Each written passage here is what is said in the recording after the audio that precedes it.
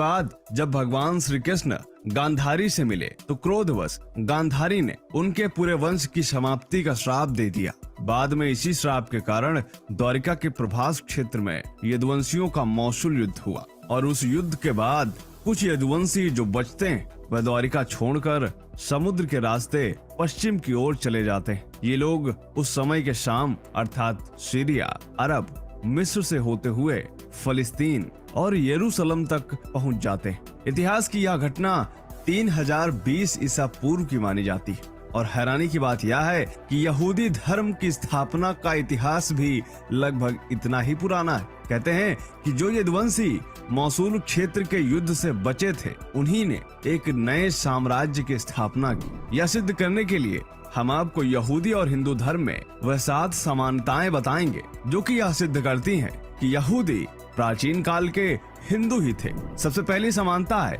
भगवान श्री कृष्ण के जन्म से पहले महाराजा कंस के लिए आकाशवाणी हुई थी कि देवकी की 8वीं संतान ही तेरा वध करेगी। उसी तरह यहूदी इतिहास में भी मूसा के जन्म से पहले मिस्र के राजा फराओ के लिए भविष्यवाणी की गई थी कि तेरा अंत राज्य में जन्मे एक व्यक्ति के हाथों ही होगा जो जन्म ले चुका है। इसके बाद दूसरी समानता है कि जब आकाशवाणी हो जाती है तो कंस अपने पूरे राज्य में सभी बच्चों को मारने का हुक्म दे देता है। ठीक उसी तरह मिस्र के राजा ने भी राज्य के सभी बच्चों को मारने का हुक्म दे दिया था जो 1 वर्ष से कम उम्र के थे। तीसरी समानता यह है कि जिस तरह भगवान श्री कृष्ण को उनके पिता ने एक सूपड़े में रखकर नदी के पार नंद बाबा के यहाँ छोड़ दिया था, उसी तरह यहूदियों में मूसा की माता ने मूसा को एक टोकरी में डालकर नदी में छोड़ दिया था। कुछ समय बाद मिस्र की रानी ने जब उस टोकरी को देखा तो उन्होंने उसमें से उस बच्चे को लेकर उसका पालन पोषण किया। इस तरह श्री कृष्ण और प्रॉफिट मूसा की कहानी बिल्कुल सेम नजर आती है।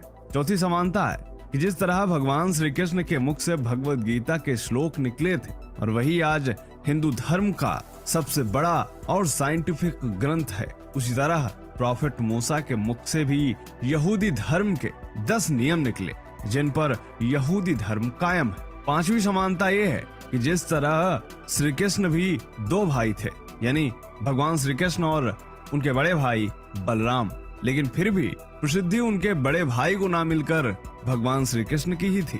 इसी तरह प्रॉफिट मूसा के भी बड़े भाई हारून थे, लेकिन प्रसिद्धि प्रॉफिट मूसा को ही मिली। इसके अलावा और एक बड़ी समानता जो प्रॉफिट मूसा और भगवान श्री कृष्ण में है वो ये कि भगवान श्री कृष्ण जिस तरह अपने लोगों के साथ मथुरा से अपने पूर्वजों की भूमि द्वारिका चले गए थे, उसी तरह मूसा भी अपने पूर्वजों की भूमि यरूशलेम चले गए थे और यह दुनिया का सबसे बड़ा धार्मिक पलायन था। अगली समानता है कि जिस तरह श्री कृष्ण के आखिरी दिनों में उनके खुद के अनुयायियों ने यानी यदुवंशियों ने उनकी ही बात की अवहेलना शुरू कर दी थी, ठीक उसी तरह प्रॉफिट मूसा की भी बात उनके ही अनुयायी नहीं मानते थे। जिस तरह श्री कृष्ण की बात ना मानने के कारण यदुवंशियों में स्वयं ही युद्ध हो गया, उसी तरह प्रॉफिट मूसा के अनुयायी भी आपस में लड़कर बिखर गए। ऐसा कहते हैं कि प्रॉफिट मूसा जिस यहूदी जाति से हैं, उस यहूदी जाति का नाम यदु शब्द से ही निकला है। द्वारिका के जल में डूबने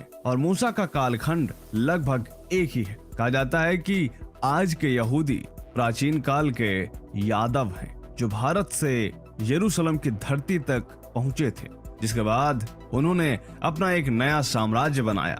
हालांकि क्या यादवों की एक शाखा से ही यहूदी धर्म की उत्पत्ति हुई, इस पर थोड़ा और रिसर्च होने की आवश्यकता है। इसके अलावा अगर हम ये देखें कि इजराइल में हिंदू धर्म की स्थिति क्या है, तो दोस्तों आपको बता दें कि इजराइल में तमाम हिंदू मंदिर मौजूद हैं, जिनमें से कई इस्कॉन मंदिर, और फिर चाहे वह जन्माष्टमी हो, जगन्नाथ रथ यात्रा हो, इन सारे पर्वों पर इजराइल की सड़कें हरे कृष्ण संकीर्तन से गूंज उठती हैं। एक अनऑफिशियली रिपोर्ट की माने तो इजराइल में लगभग 3 लाख हिंदू निवास करते हैं और इनमें से बहुत ही कम हिंदू हैं जो भारत से इजराइल गए, बल्कि तमाम अन्य देशों के हिंदू इजराइल में रह रहे हैं। इसके अलावा स्थानीय नागरिकों में हिंदू धर्म को लेकर काफी दिलचस्पी है। इस्कॉन आदि संस्थाओं से जुड़कर तमाम यहूदी सनातन धर्म में घर वापसी कर रहे हैं। इसके अलावा एक रिपोर्ट की माने तो सबसे ज्यादा यहूदी अपने मानसिक शांति के लिए भारत का ही रुख करते हैं। तो दोस्तों क्या सोचना है आपका इस बात पर कि यहूदी प्राचीन काल के यादव हैं। हमने यहूदी और हिंदू धर्म में जो समानताएं हैं वो आपको बताई। कैसा लगा आज का यह वीडियो, कमेंट जरूर करें। मिलते हैं 48 में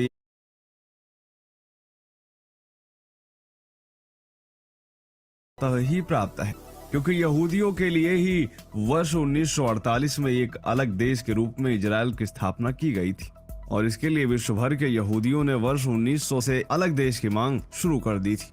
यहूदियों की संख्या बेहद कम थी, इसीलिए उनको पता था कि अगर हम एक साथ मिलकर नहीं रहे तो दुनिया से यहूदियों का अस्तित्व मिट जाएगा। और आज इजराइल की शक्ति यहूदियों की एकता का प्रतीक है, जहां पूरी दुनिया में कोई भी ऐसा देश नहीं है जिसके अंदर यह हिम्मत हो कि वह इजराइल से लड़ सके। इजराइल का नाम सुनते ही अच्छे अच्छे देशों का पसीना छूट जाता है। इजराइल भारत का सबसे विश्वसनीय दोस्त है। इजराइल और भारत में घनिष्ठ मित्रता होना, इसका एक कारण दोनों देशों की सांस्कृतिक समानता भी है। दोस्तों, यहूदी और हिंदू धर्म में काफी ज्यादा समानताएं और इतिहास तो यहाँ तक कहता है कि यहूदियों का संबंध महाभारत काल और भगवान श्री कृष्ण से रहा है। कहा जाता है कि यहूदी प्राचीन काल में हिंदू ही थे, लेकिन क्या यह बात सच है? और आखिर इजराइल में कितने हिंदू रहते हैं? आखिर इजराइल के लोग हिंदू धर्म के बारे में क्या सोचते हैं? क्या है यहूदियों का हिंदू धर्म से पुराना रिश्ता? सब कुछ जानेंगे आज के इस वीडियो में। स्वागत है आप सभी का द साइंटिफिक हिंदू पर। India is a huge friend. Sentiment and the interest in India and our ties with Israel is very, very strong. Hindu धर्म को मानने वालों में जिन्होंने हिंदू धर्म ग्रंथों का बारीकी से अध्ययन किया है, वह मानते हैं कि आज के यहूदी प्राचीन काल के हिंदू ही हैं। उनके अनुसार यह कहानी तब की है जब महाभारत युद्ध की समाप्ति के बाद गांधारी बहुत ज्यादा दुखी थी और वह भगवान श्री कृष्ण से अत्यधिक नाराज थी, क्योंकि गांधारी अपने 100 पुत्रों की मृत्यु का जिम्मेदार भगवान श्री कृष्ण को मानती थी।